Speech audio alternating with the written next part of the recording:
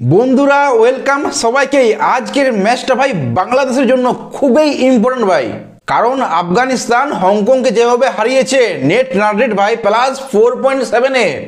So ভাই আজ বাংলাদেশকে কত রান রেটে জেতা উচিত বা কত উইকেটে ডিটেলসে আলোচনা করব। তাহলে চলো ভিডিওটা শুরু করা যাক। দেখো ভাই আজকের ম্যাচটা আবুধাবিতে শেখ জায়েদ স্টেডিয়ামে হবে। 180+ রান ভাই, ভালো। আর ওয়েদার রিপোর্ট বললে ভাই বৃষ্টি হওয়ার কোনো চান্স নেই আজ। আর হেড টু হেডের কথা বললে ভাই বাংলাদেশ আর হংকং দুবার মুখোমুখি হয়েছে এখন পর্যন্ত, দুবারে বাংলাদেশ জিতেছে। 2014-তে ভাই 2 উইকেট জিতেছিল আর 2022-এ 5 উইকেটে। তবে হ্যাঁ ভাই এটা মনে রাখতে হবে যে 2014 টি-20 বিশ্বকাপে হংকং বাংলাদেশকে 2 উইকেটে হারিয়েছিল। যদিও এইটা এখন মানে পাস, আর বাংলাদেশ এখন অনেক উন্নত মানের ক্রিকেট খেলে, উন্নত মানের টিম। সো বাংলাদেশ ভাই 2025-এ হংকংয়ের কাছে হারবে এটা আমার 1%ও ভাই মনে হয় না। এনিওয়ে এইটা দেখো ভাই, এই স্ট্যান্ডিংয়ে আফগানিস্তান অনেক এগিয়ে, তাদের অনেক বেশি নেট রান রেট ভাই। বাংলাদেশ এবং শ্রীলঙ্কা এখনও খেলা শুরু করেনি। তাই ভাই আজকের ম্যাচে বাংলাদেশের জন্য নেট রান রেট বাড়ানোর জন্য খুবই ইম্পর্টেন্ট ভাই। এনিওয়ে দেখো যদি প্লেইং 11-এর কথা বলি তাহলে দেখো ভাই তানজিদ হাসান ভাই ওপেন করবে, তার সাথে পারভেজ হোসেন ইমন সেকেন্ডে, থার্ডে আসবে লিটন দাস যে ভাই ক্যাপ্টেন প্লাস উইকেট কিপার, তারপর আসবে তৌহিদ হৃদয়, শামীম হোসেন, জাকের আলী, মেহেদি হাসান, রিশাদ হোসেন, তাসকিন আহমেদ, তানজিদ হাসান সাকিব অ্যান্ড মুস্তাফিজুর রহমান। এটা ভাই আমার পার্সোনালি মনে হয় যে এই প্লেইং 11টা হওয়া উচিত, মানে আবুধাবির পিচ হিসেবে ভাই এটা বাংলাদেশের জন্য বেস্ট প্লেইং 11 হবে, যেটা আমার পার্সোনালি মনে হয়, সবারই আলাদা মতামত হতে পারে। এনিওয়ে আর হংকংয়ের প্লেইং 11-এর কথা বললে ভাই জিসান আলী যে উইকেট কিপার ভাই হংকংয়ের, ওর সাথে ভাই অনসুমান রাত ওপেন করবে, তারপর বাবার হায়াত ভাই বেস্ট ব্যাটসম্যান ওদের, নিজাকাত খান, কালহান চাল্লু ভাই, কিঞ্চিত শাহ, ইয়াসিন মুর্তাজা যে ভাই ক্যাপ্টেন, তার সাথে আইজাজ খান, ইয়াসিন খান আর আয়ুষ শুক্লা অ্যান্ড ভাই ওই কি নাম ইকবাল।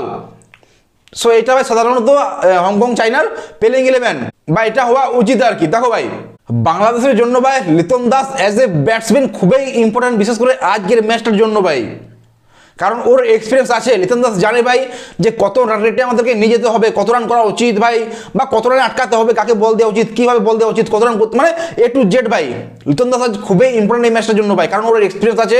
মানে কত রান করা উচিত, কত টার্গেট দেওয়া উচিত, এটা লিটন দাসের থেকে ভাই ভালো কেউ জানবে না বাংলাদেশের টিমের কথা বললে ভাই আমি। এছাড়াও ভাই বোলিংয়ে মুস্তাফিজুর আর তাসকিন দুজন তো ইম্পর্টেন্ট থাকবে, এটা ভাই সবাই জানে। আর হ্যাঁ দেখো ভাই বাবার হায়াত আর ইয়াসিন মুর্তাজা এবং ইয়াসিন খান ভাই এই 3টে প্লেয়ারকে বাংলাদেশকে ভাই চোখে রাখতে হবে, দেখতে হবে ভাই, বা বলতে গেলে কোথায় বাঁচতে হবে। কারণ দেখো ভাই বাবার হায়াত হচ্ছে ভালো ব্যাটসম্যান, আফগানিস্তানের বিরুদ্ধে 49 রান করলো, মানে ফর্মেও আছে বেটাও। আর ইয়াসিন মুর্তাজা ভাই ও ক্যাপ্টেন, মানে অলরাউন্ডার বলতে পারো ভাই, লেফট আর্ম স্পিনার করে ভাই। আর ইয়াসিন খান যে ভাই পিচের টার্ন পেলে এও খুব ইম্পর্টেন্ট হতে পারে হংকং টিমের জন্য। সো এই 3টা প্লেয়ারকে ভাই দেখে শুনে খেলতে হবে বাংলাদেশকে।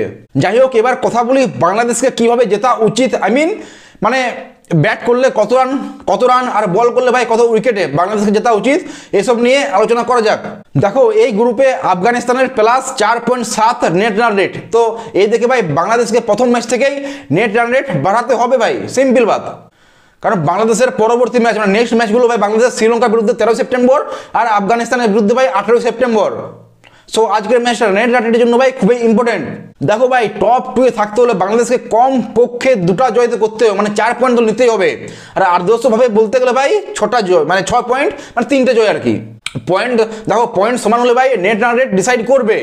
তাই সিম্পল ভাই আফগানিস্তানের বেঞ্চমার্ক ম্যাচ করতে এই ম্যাচে বাংলাদেশের প্রাথমিক নেট রান রেট 3.0 থেকে ভাই প্লাস 4.0 লক্ষ্য রাখা উচিত, যেটা আমার মনে হয় ভাই। মানে দেখো না যদি কম রান রেট হয় মানে প্লাস 1.0, তাহলে ভাই পরবর্তী ম্যাচে ক্ষতি হতে পারে ভাই, যে ক্লোজ ম্যাচগুলো হবে ওটাতে ক্ষতি হতে পারে বাংলাদেশের জন্য।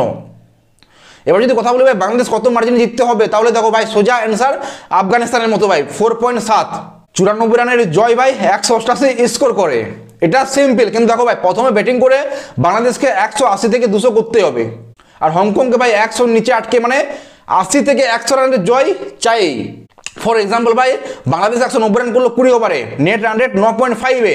এবার হংকং যদি করলো 100 রান 20 ওভারে মানে 5 রান রেট, সো বাঁচলো কি ভাই 4.5। তো এখানে বাংলাদেশ ভাই 4.5 রান রেটে ভাই এগিয়ে গেল।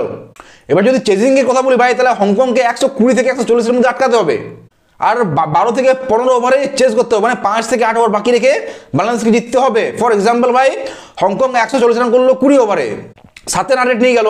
এবার বাংলাদেশ কি করলো ভাই, 141 রান করলো, 12 ওভারে চেস করে দিল। নেট রান রেট ভাই কত হচ্ছে, মোটামুটি 11.50-75 তো হবেই। তাহলে নেট রান রেট ভাই কত হচ্ছে ভাই বাংলাদেশের ওখানে 4.75 বা মানে এরকম কিছু একটা আসবে রান রেট। সো এইটা হলে ভাই মোটামুটি অলমোস্ট সমান হয়ে যাবে। কিন্তু ভাই যদি ক্লোজ গেম হয় মানে 0.1 0.0 এইভাবে জিতলো ভাই বাংলাদেশ, তাহলে কিছু ফায়দা হবে না ভাই। সো বাংলাদেশকে জেতার জন্য ভাই এইটা চাই, এই রানটা যেটা বললাম ভাই এটা চাই, খুবই ইম্পর্টেন্ট আজকের ম্যাচের জন্য। ভাই মনে আছে যখন নেদারল্যান্ড সিরিজটা শুরু হয়েছিল ভাই, তার আগে থেকে আমি বলছিলাম যে বাংলাদেশকে আগে ব্যাট করা উচিত, বাংলাদেশকে 200 রান করা উচিত, 220 রান ভাবা উচিত, এইসব অনেক কিছু বলেছিলাম ভাই। অনেকে ভাই কমেন্ট করে বলছিল আমাকে যে না বাংলাদেশ বোলিং নিয়েছে, ভালো করেছে। হ্যাঁ অনেকেই আমার মতে বলছিল ভাই হ্যাঁ বাংলাদেশকে ব্যাট নেওয়া উচিত ছিল, অনেকে বলছিল। কিন্তু ভাই অনেকে এটাও বলেছিল যে ভাই বাংলাদেশকে বোলিং নিচে ঠিক করেছে। কিন্তু ভাই এখন বুঝতে পারছো যদি আজকে বাংলাদেশ যদি ব্যাট করে তাহলে কত রান করতে হবে। তো এ নিয়ে ভাই তোমরা কি বলবে এ নিয়ে? আর ভিডিওটা ভালো লাগলে লাইক শেয়ার সাবস্ক্রাইব করে দিও। দেখা হচ্ছে পরে ভিডিও, ভাই টেক কেয়ার, সি ইউ।